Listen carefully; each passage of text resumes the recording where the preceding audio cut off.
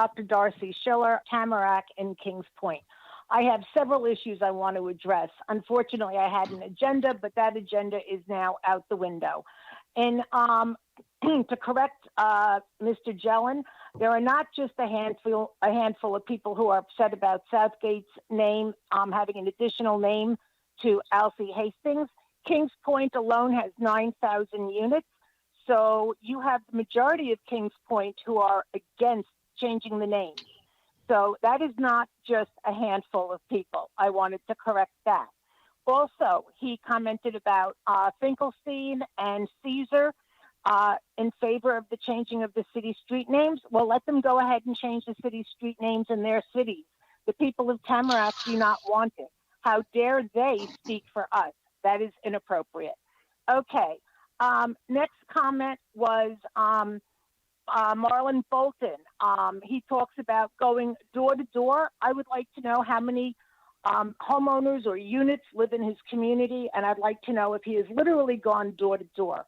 As far as buying his people food and all sorts of other items because they're homebound or they cannot afford that, what's the difference between buying them food and buying their votes? How do we know he's not buying their votes? That's an extremely unethical, although good-natured, and extremely unethical behavior, and I question his ethics. I also question the ethics regarding his businesses. And Gelin, who claims that he's invisible, well, Mr. Gelin, your acrimony and Mr. Bolton's acrimony toward the mayor and toward anybody who is not of your ethnic background is absolutely horrific. To constantly bring up white supremacy, white supremacy, white supremacy. You refer to our mayor as a white Jewish woman. Yet if we refer to you as a Caribbean male, we are being racist. How is that any different?